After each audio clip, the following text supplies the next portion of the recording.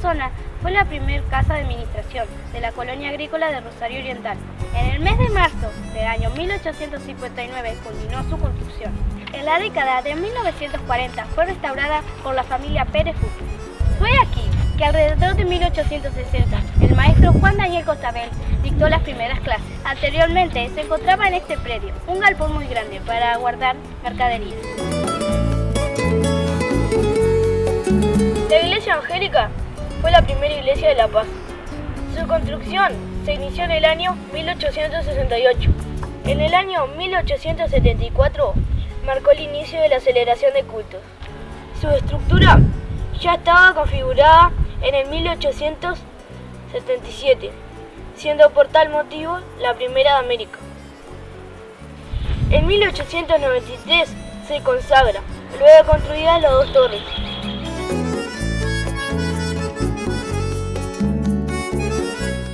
En el centro de la plaza se encuentra un monumento a los colonos valdenses, inaugurado en el centenario de la villa y creado por el escultor José Belloni.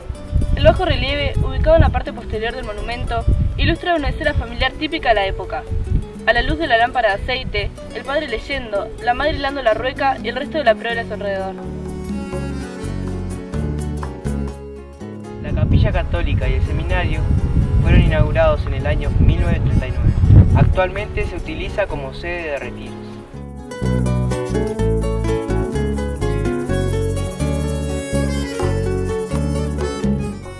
El Puente Negro, inaugurado el 1 de mayo de 1902, es el primer puente carretero del Uruguay. Su longitud total es de 137 metros y una altura de 15 metros desde el lecho del río. El 19 de abril de 2002 fue declarado monumento histórico. Para nosotros es un gran referente, el cual venimos a pescar, a tomar mate, a atraer el turismo. Es un lugar muy lindo.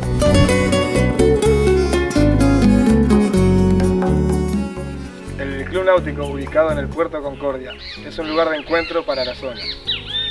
En febrero de todos los años se realiza la travesía de canoas y kayak, como se viene realizando ya desde hace unos 15, 16 años más o menos. Se mueven alrededor de unas 80 canoas y 20 kayaks más o menos. Va variando los años, depende del tiempo y demás. El Viernes Santo del turismo se realiza una travesía nocturna, que fue creada la primera acá en el Club Náutico, y ya es la cuarta que se hace, y otras instituciones de otros lugares tomaron esa idea y también realizan una travesía nocturna. Tanto en la travesía nocturna como en la de febrero, se crea un intercambio de participantes de distintas de las instituciones, representando su institución y generando un ambiente muy lindo, donde mucha gente ya nos conocemos y en cada travesía, en cada lugar, va gente de su localidad, o sea, gente que se conoce nueva y el ambiente es fenomenal. En el 1920 se construye el muelle, donde estaba ubicado el guinche y al cual arribaban muchos barcos. Cuando la dictadura, por dragado de arena, fue que se vino abajo y que hoy simplemente quedan restos. Bien, acá tenemos el desembarcadero de lanchas, donde viene mucha gente y hacen juegos con lanchas, motos de aguas. Y también aquí es donde se recibe la llegada de las canoas cuando se hace la travesía, tanto la nocturna como la de febrero. Esta destilería en el año 1887 fue inaugurada por Vicente Carrió, con la finalidad de hacer alcohol de maíz, llegando a una producción de unos 300.000 litros anuales. Posteriormente, ya en la década del 70, fue refaccionada con ANCAP con la finalidad de hacer alcohol de cebada, que venía a ser un alcohol madre en aquel entonces para el whisky Mapay. El alcohol que se añejaba acá durante 3 años como mínimo en cascos de roble, que eran traídos desde Escocia, que eran de gran calidad, y debido al entorno natural que hay acá en la zona y el aroma sobre todo de la flor del espinillo en primavera, le daba un sabor muy especial al alcohol, que luego se hacía el whisky Mapay. Y después desde Montevideo hacían los pedidos, según del año que quisieran, que era llevado desde acá en camiones cisternas para Montevideo, y allá hacían la elaboración del whisky Mapay nuevamente y hacían los cortes que ellos querían. Bueno, cada turno hacía un cocimiento que le llamábamos acá de la cebada, que era el primer proceso de la elaboración para el whisky. después del cocimiento tenía su proceso ahí, posteriormente por medio de bombas se trasladaba ese mosto que le llamábamos a las cubas, ahí se le agregaba levadura para la fermentación que duraba 48 horas y bueno, después también, en la medida que el proceso iba pidiendo, por medio de bomba también se cargaba ese mosto a los alambiques y ahí comenzaba la destilación de mosto primero y después posteriormente en el alambique chico que le llamábamos, la destilación del alcohol que iba a la cuba de madera que recepcionaba en el galpón de añejamiento. Después de ahí la cuba alrededor de los 12.000 litros se hidrataba agua en el alambique chico y se le agregaba unos 2.000 litros ahí para bajarle el alcohol, porque en principio ese alcohol salía a unos 68-70 grados y el alcohol de whisky necesita estar a unos 65 más o menos para ser añejado. Entonces después que el encargado del laboratorio era quien controlaba la graduación del alcohol, cuando estaba más o menos en esa graduación de los 65 grados, ahí comenzábamos a encascarlo en los cascos de roble que bueno, se iba acomodando en estivas y ahí venía el tiempo de añejamiento de los 3 años. El farelo era el residuo de la cebada ya elaborada y eso se vendía a los productores acá en la zona como alimento para cerdos o vacunos y el resto, bueno, iba al río Rosario y bueno, y ahí había quienes lo utilizaban para pescar por el hecho que era como un cebadero que se hacía. Yo trabajé 16 años acá y para mí fue una experiencia muy buena porque bueno, me interioricé mucho en el proceso de la elaboración de whisky y era algo que me gustaba de algo, que es la verdad. Bueno, yo me quería, pienso que hay que situarnos un poco en la época de lo que era La Paz 60 años atrás, para contar algo de nuestra juventud que era completamente diferente a la actual. Yo siempre digo que no sé si es mejor o peor, pero no tiene nada que ver la juventud que vivimos nosotros, que yo viví hasta los 18 años en La Paz, con lo que están viviendo la juventud de ahora. Por empezar, hay que situarse en que no teníamos televisión, no había internet, no había computadora, entonces los muchachos no teníamos que ingeniar, que ahí es lo que yo veo la diferencia, el juego, las anécdotas, lo que pasaba en el pueblo, en que no teníamos prácticamente nada de la tecnología actual. Esto lo quiero hacer bien cortito. Por ejemplo, podíamos pensar que nosotros una de los más importantes que teníamos era el cine de La Paz, que se hacía del centro media cuadra para abajo en un café. Venía un tipo de Colonia y nos traía el famoso cine. Para nosotros era un acontecimiento fuera de serie. Ahora, ese cine era una sábana en el fondo del café o bar, como decíamos, y el hombre no pasaba en esa sábana las películas. Entonces, cuando eran inglesa, americana, que era igual que ahora, venía escrito. Entonces no íbamos nadie porque era tan poca la nitidez que no se veía nada. Y cuando se cortaba la película, él no tenía más recursos para ponerla de vuelta y la empezaba a contar y se reía él solo, porque nosotros ni mu entendíamos. Sí, me acuerdo una vez que puso el rollo de la película al revés y los caballos galopeaban para atrás. Nosotros llorábamos de risa y la seguía pasando nomás. Una de cowboy era. Era lo más divertido, fíjese, Sí, para un sí. muchacho de ahora de 17 años, 15, ¿Qué? 14, contar esto, qué estúpido. No. Pero era lo que teníamos, éramos lo más grande que teníamos en ese momento. Yo cuando empecé a jugar al fútbol, 12 años que terminé la escuela, no había Babi. Entonces hacían una división de chiquilines. Y íbamos a Valdense varias veces a pie cruzando campo hasta la cancha de Esparta y Valdense a jugar. Y a Rosario íbamos en el carro de cantera, el padre de ese señor que está allí en la esquina, de Aparicio. Un carro de 4 ruedas con 3 caballos bayos, íbamos a jugar al fútbol. locos de la vida. La otra diversión que era más cotidiana, que era casi de todos los días, era la caza de paloma en el monte. Ah, sí. Y entonces yo le cuento a mi nieto y me miran sorprendidos que le habían declarado plaga nacional y la junta local nos pagaba 3 centésimos la yunta de pate paloma. Entonces yo le digo, para que ustedes tengan una idea, un peón ganaba unos 50 y nosotros agarrar 100 palomas en la tarde era un boleto. Ganamos 3 pesos.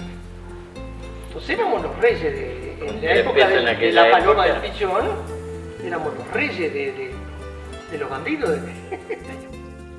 Esa era la niñez, y después de más grande está la historia de Nacional, que el pionero que yo tuve siempre fue Spinelli, Ottavio Spinelli, que está allí, porque aquel señor no lo conocí yo, el fundador, porque Spinelli estuvo hasta, ¿qué año habrá fallecido? Spinelli, yo qué sé, yo empecé y terminé con Spinelli y después siguió. Spinelli fue pionero, después Cruchet también, Héctor Cruchet, los que más o menos fueron pioneros, cuando vino aquella gente de la ANCAP, ¿te acordás? Esa gente trabajó mucho, sí. Sí, ¿cómo es? Aguilar, aquel Guichón, toda esa Guichón gente. Y Portales. Portales fue pionero de la ANCAP. Esa gente trabajó mucho. Trabajó, que fueron los que construyeron este salón. Y el gimnasio. Y el gimnasio. Parte del gimnasio. La canchita no, porque eso la hicimos a pico y pala. Entre nosotros, nomás los muchachos. Y bueno, eso es un poco los inicios en Nacional. Después los éxitos, sí, tengo el orgullo de que salí 3 veces campeón 3 años seguidos. Con Nacional de La Paz. No puede con el genio. No, es que todavía me siento orgulloso. Yo a los chiquilines les muestro la foto esa que está ahí, que no sé, puede ser que alguien haya conseguido en un club 3 años seguidos salir campeón, pero yo me siento orgulloso. Tú tienes muchos proyectos, tenemos proyectos para hacer mejores baños, porque en verano siempre hacemos un campeonato de fútbol 7 ahí en la canchita chica acá. Pero precisaríamos un poco más de confort para los vestuarios y eso. Lo mismo que el gimnasio, que no tiene vestuario todavía para la gente, porque hay mucha actividad en patín. Pero bueno, son proyectos que tenemos. Pero como todo cuesta, pedimos, lloramos bastante. No, tenemos el apoyo siempre de los Nietitos y Calicey, que son las 2 instituciones más poderosas del pueblo, que nos ayudan mucho. Eso sí, siempre hay que agradecerles, porque siempre están a la orden. Siempre que pedimos nos apoyan. Así que, bueno, es cuestión de no abandonar y seguir empujando el carrito, ¿no? Porque esto es como en la vida. Si nos entregamos, perdemos, ¿no? La época de los caballos, parejeros. Sí, de Cristiano. Todas esas cuestiones ahí. Tu abuelo. Sentaban abajo su amor así famosa y tomaban sus amargos. Seguro. Mentían de carrera. Seguro eran todos, vamos a decir. No perdían ninguna carrera. No. Todos de la raza que eran carreros, como decía el viejo Cantera. Seguro, sí. Y entonces de ahí su cariño por los caballos. Y ahí empezaron a existir esa gente que se hacían carreras, se hacían las cuadreras, se hacían ahí contra el náutico. Sí, ahí. Una pista ahí, después siguieron y al final medio se profesionalizaron y empezaron a correr en el hipódromo, esas cosas. Y ahí se juntaba la gente, venían veterinarios de Rosario, el viejo Paiva, y bueno, el viejo Cumella, el viejo Mino Arena, Antonio, toda esa gente, el Piojo, que cuidaba sus caballitos también, y corrían sus carreras. En el hipódromo no ganó ninguna, pero bajo la mora no perdió ninguno tampoco, ¿viste? Era una cosa bárbara. Una vez llegó, el Jordán no sabe bien el cuento, uno de campaña a hacer una denuncia en la comisaría. Y había un tipo sentado bajo una palmera que hay en el patio. Entonces golpea la mano y le dice: el comisario no está. Y el escribiente no está. Dice: ¿y quién está? ¿Estoy yo? Y el flaco Río. Y dice: ¿Y usted qué? ¿Un preso? Y el preso estaba atendiendo la comisaría. Bueno, yo soy el que no vivo en La Paz. Y y dejaría el mensaje que la paz no cambie nunca, como no ha cambiado, yo creo. Yo decía, hacían en un asado que se hacían ahí periódicamente, Focho, que es padre del Long, vamos a decir. El abuelo. El abuelo de él, el padre. Y entonces siempre decía Raúl, el que fue dueño de los nietitos,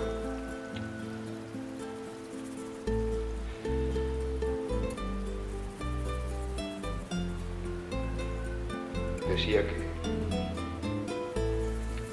iba a poner una fábrica, bueno, iba a marchar la fábrica, que el otro.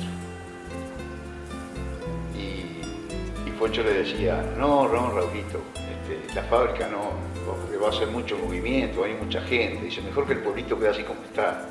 Ese era el criterio de él. Y yo qué sé, fue una mejora la fábrica, mucha gente trabaja, pero el pueblo ya no fue el mismo. A la juventud de La Paz que siga luchando, porque yo veo que los muchachos jóvenes trabajan. Inclusive los compañeros de comisión son todos, pero mucho más jóvenes que yo. Y son guapitos. Y veo en las otras comisiones que siempre hay muchachadas laburando. Quiere decir que si mantienen esa idea y ese espíritu luchador, creo que La Paz va a seguir siempre festejando y viviendo en paz como se debe vivir, porque la tranquilidad que hay acá no hay en ningún lado.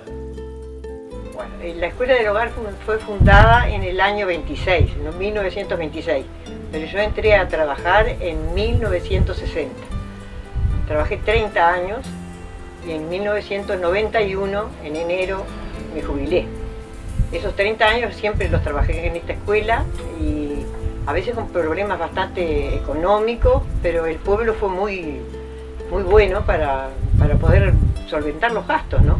Y las alumnas también, Tuve alumnas muy pícaras, que las ponía en penitencia, otras que me tomaban el vino seco, que estaba abajo de las cosas, y otras las mandaba a comer nísperos, pero cuando quería acordar no atendían el horno.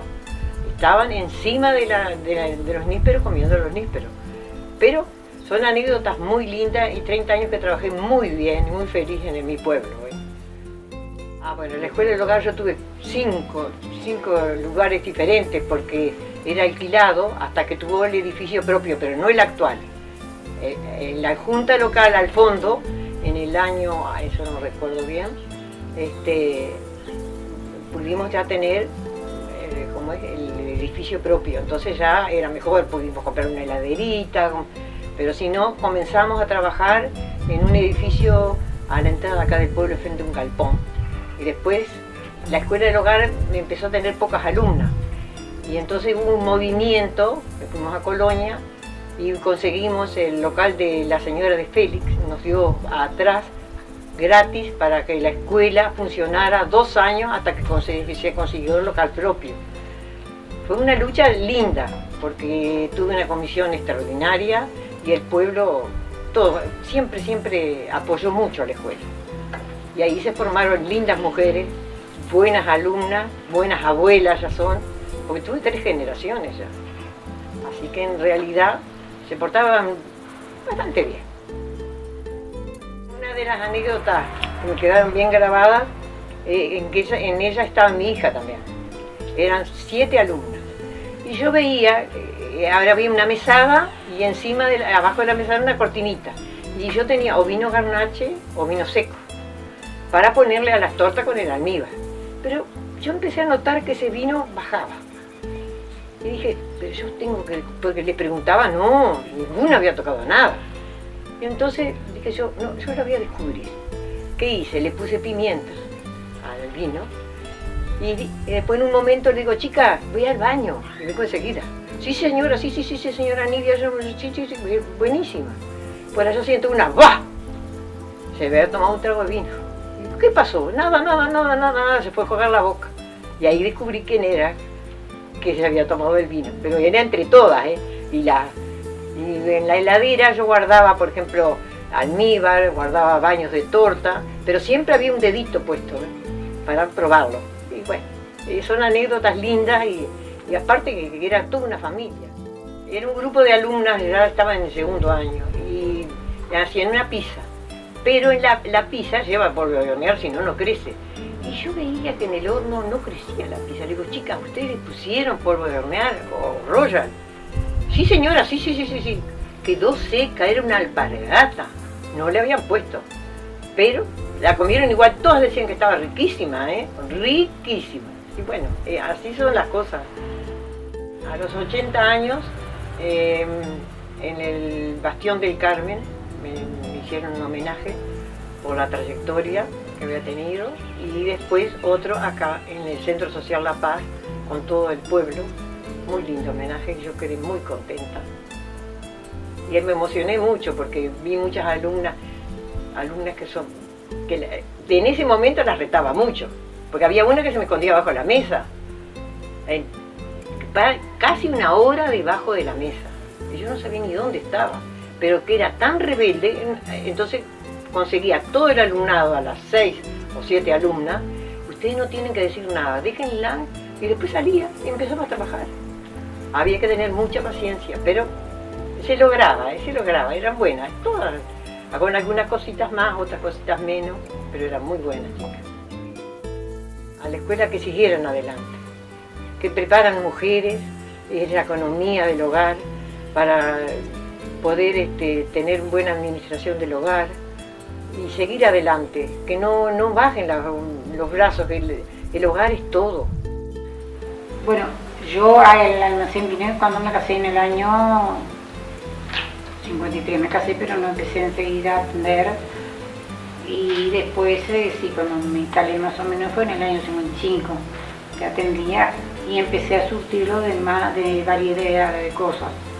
Empezamos, porque mi esposo era peluquero también, entonces, y teníamos al muchacho que nos ayudara, y después me dio la idea de poner tienda. Instalamos tiendas, juguetería, bueno, todo lo que había. Y en el almacén tratamos de surtirlo de todo, porque teníamos bazar también, ahora que me acuerdo, también había una pared llena de cosas, de bazar. Pero tratamos de tener de todo para atraer más la clientela, porque la población más o menos, no es que se haya modificado tanto de aquellos años, ahora más o menos se mantiene, creo, en la misma cantidad, quizás, no sé, porque no estaba funcionando, me parece, la fábrica de los Netitos todavía, que es la que no sé ni desde qué año está. Pero bueno, nosotros trabajábamos muy bien, pudimos dar estudio a nuestras hijas, gracias al trabajo que teníamos. Eso sí, trabajábamos de lunes a domingo, solamente domingo de tarde teníamos libre. Mi esposo siempre tenía algo que decir, siempre contestaba cosas, siempre le tenía chispa para contestar. Y bueno, por ejemplo, mi nieto me recordó el otro día, yo le dije que iba a tener esa cosa, dice, contale eso de 0 mata 0, 0 mata al otro y 0 no quiere morir. No sé qué era eso. Y bueno, por ejemplo, de vender el vino por metro, una alpargata de un número y de otra de otro, y bueno, muchísimas cosas que no me vienen a la memoria, porque como era todo el día así, era de muy buen carácter, pero firme.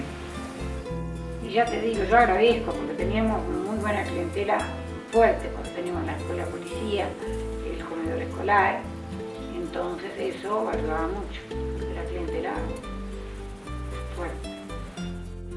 Y tampoco lo que no hay ahora, familias grandes como había en aquellos años. En aquellos años había, no mucha cantidad, pero había unas cuantas familias que tenían 7, 8 chicos. Cortando fiambre, siempre comía un pedacito de fiambre. De lo que cortara, de lo que despachaba, que era comestible, jabón no, jabón en polvo por ejemplo no, pero lo que fuera comestible él siempre se echaba algo en la boca. Era costumbre, lo hacía tan un hábito que tenía, pero se había engordado también. Una persona que había engordado mucho.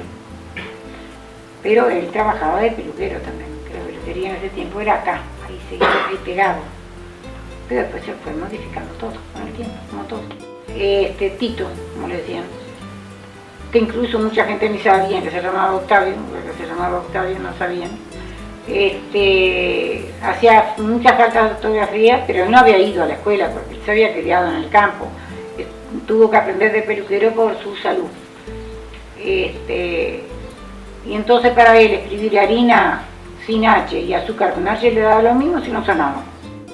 La gente joven lo conocen a través de sus padres, porque lo recuerdan con mucho cariño a la gente, por su manera de ser, es muy simpático.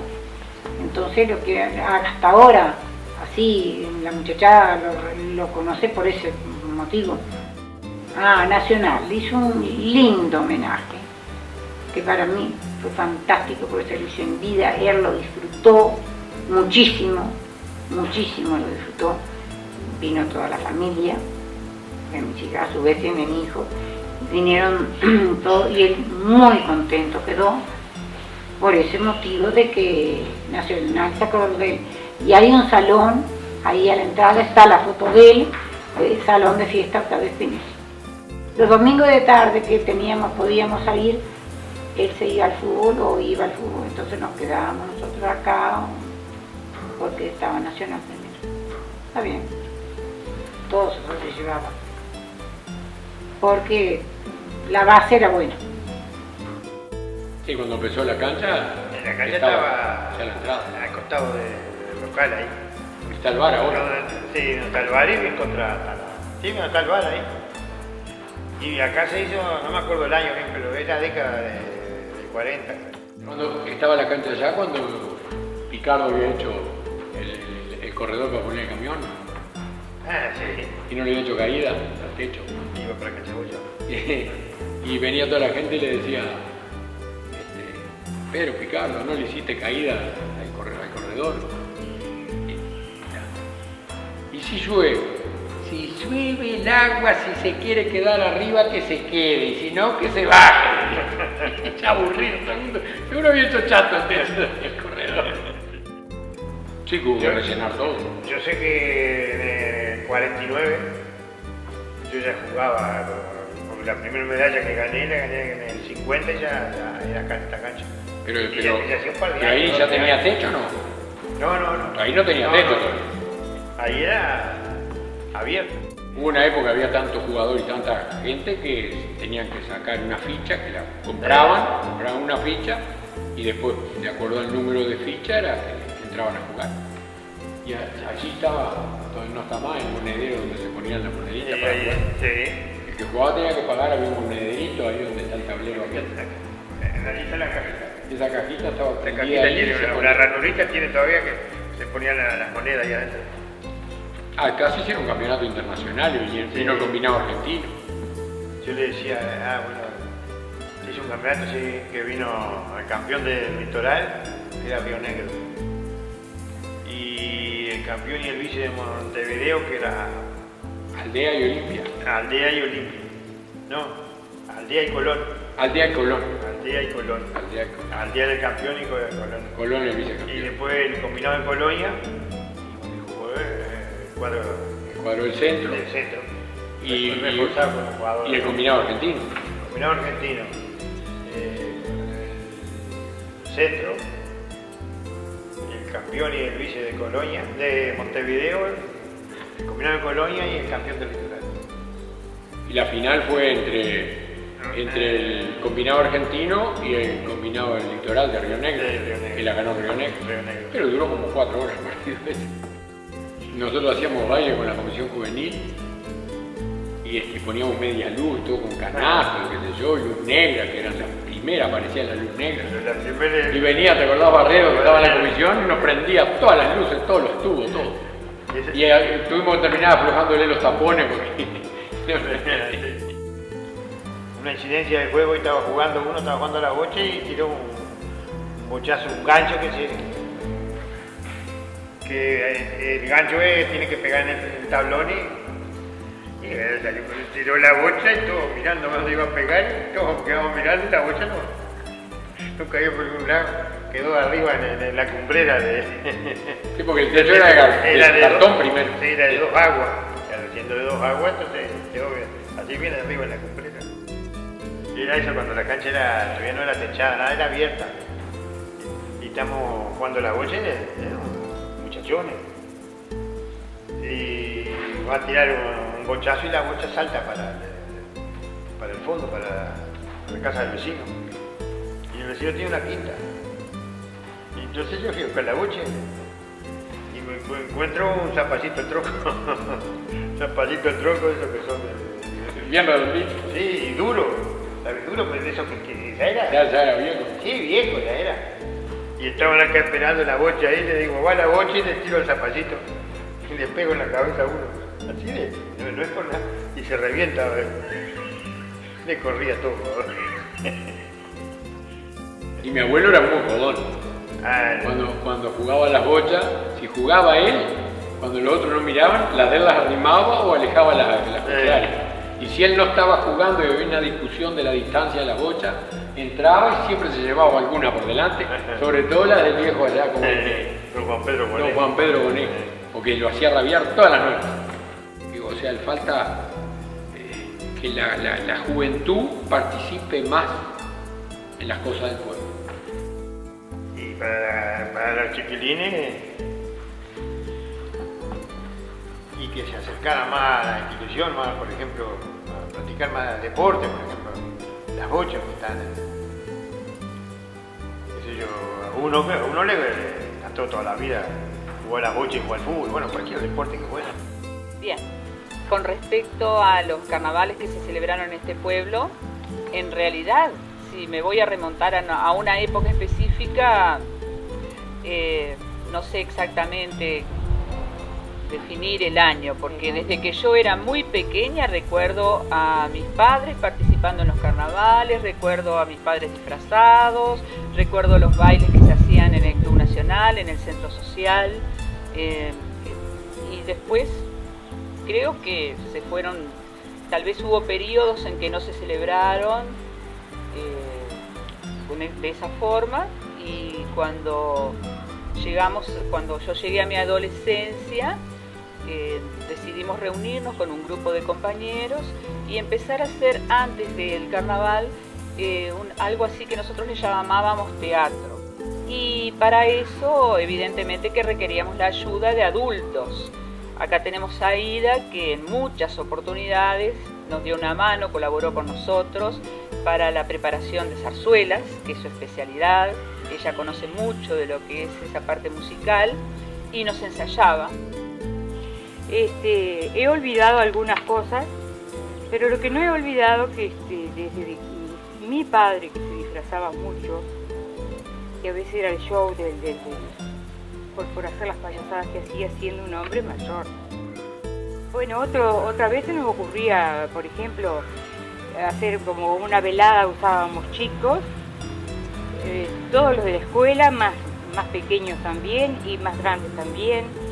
Íbamos a las casas a después repartirlos, después de los ensayos, a devolverlos sanos y salvos, y preparando tanto para el carnaval como para el pueblo, ya fueran comedias, bailes, en fin, todo lo que fuera teatro, cantos.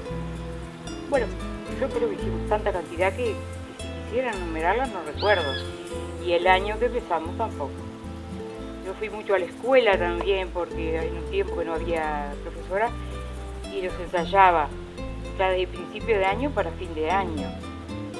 Y así, como se iban quedando alumnos que sabíamos que tenían un poco más de idea o les gustaba, y venían con nosotros a hacer fiestas en carnaval.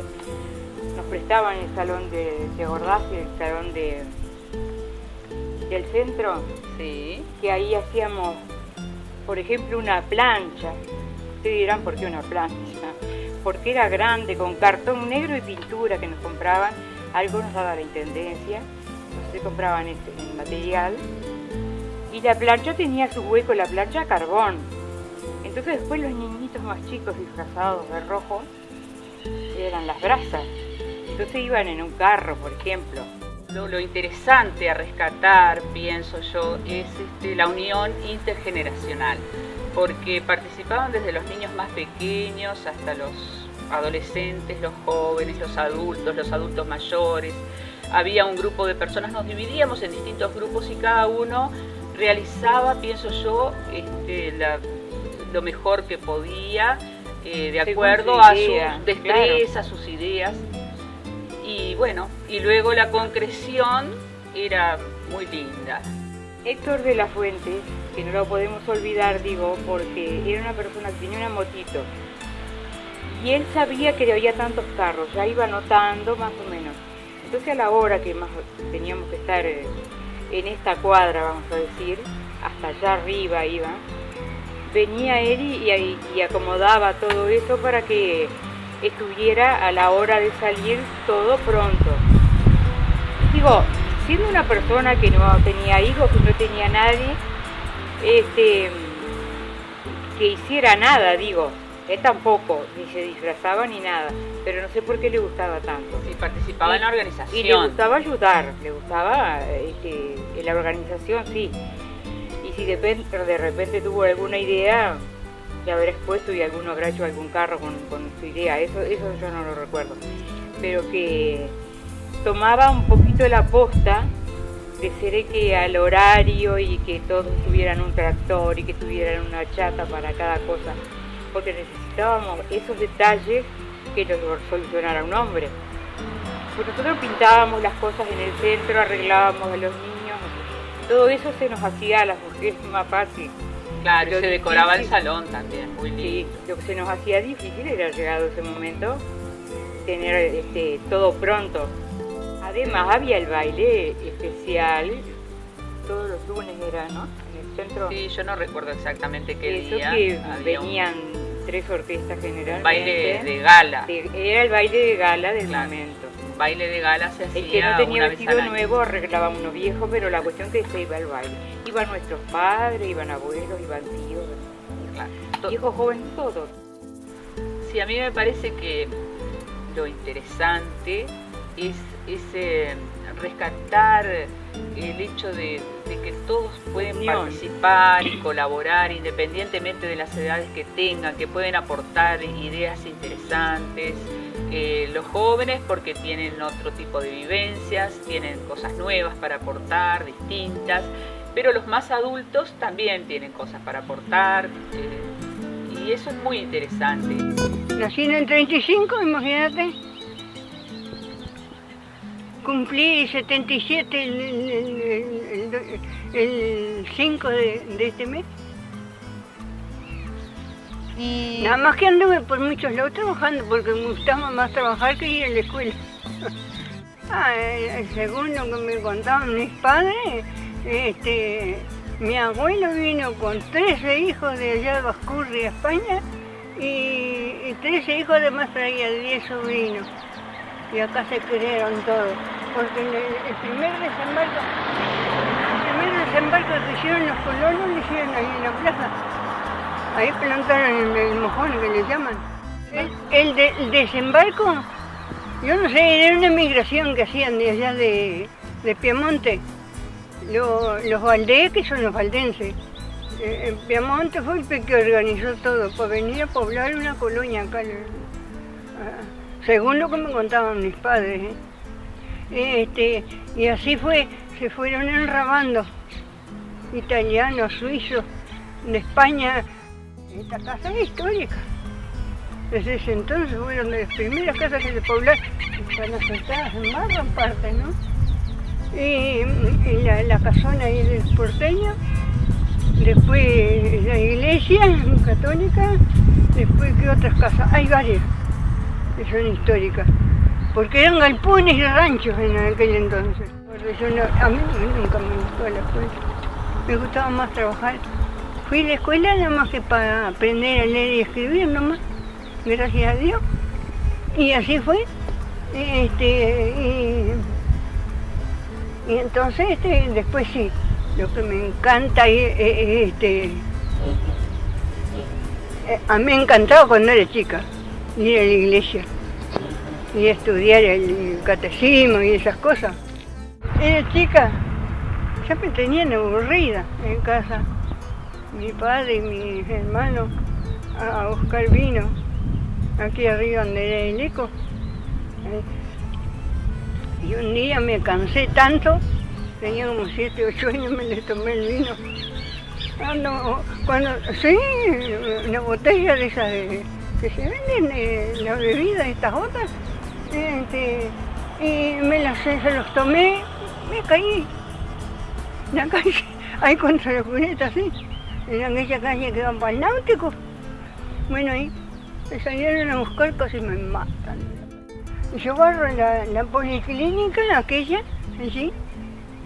Nosotros los pobres, vamos a decir, barro en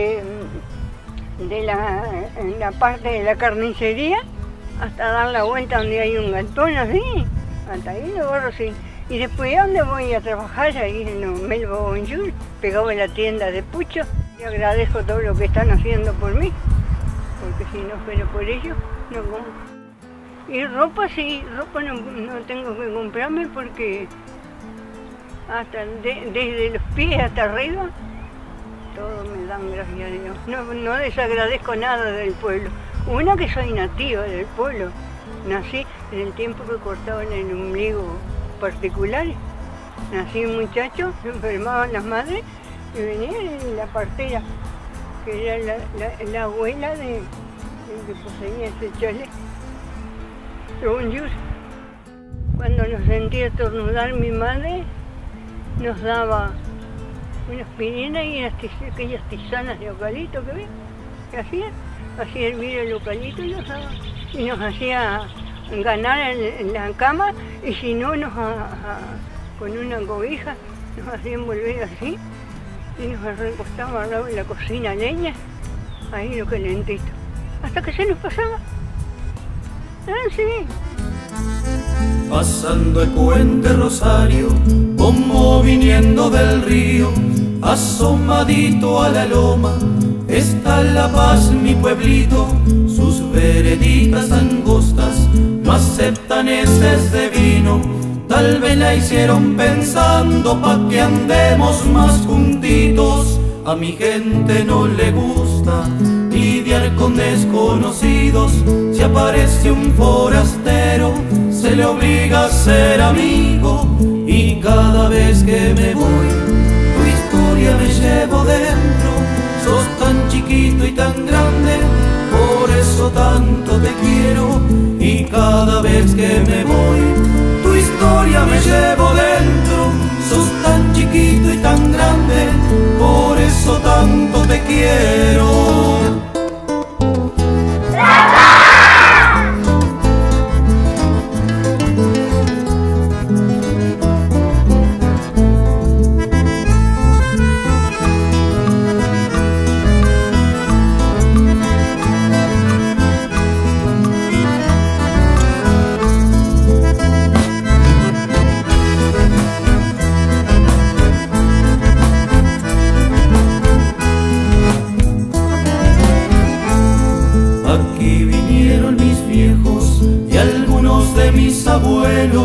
Ahora estoy yo con mis hijos y ya llegarán los nietos. Por el perfume del tilo y las frutitas del tala, los pájaros dan su canto apenas despunta el alba. Por paz, buen vino y asado, mate amargo y algún cuento, no lo va a encontrar mi amigo si no se arrima a mi pueblo. Y cada vez que me voy, tu historia me llevo dentro. Sos tan chiquito y tan grande, por eso tanto te quiero. Y cada vez que me voy, tu historia me llevo dentro. Sos tan chiquito y tan grande, por eso tanto te quiero.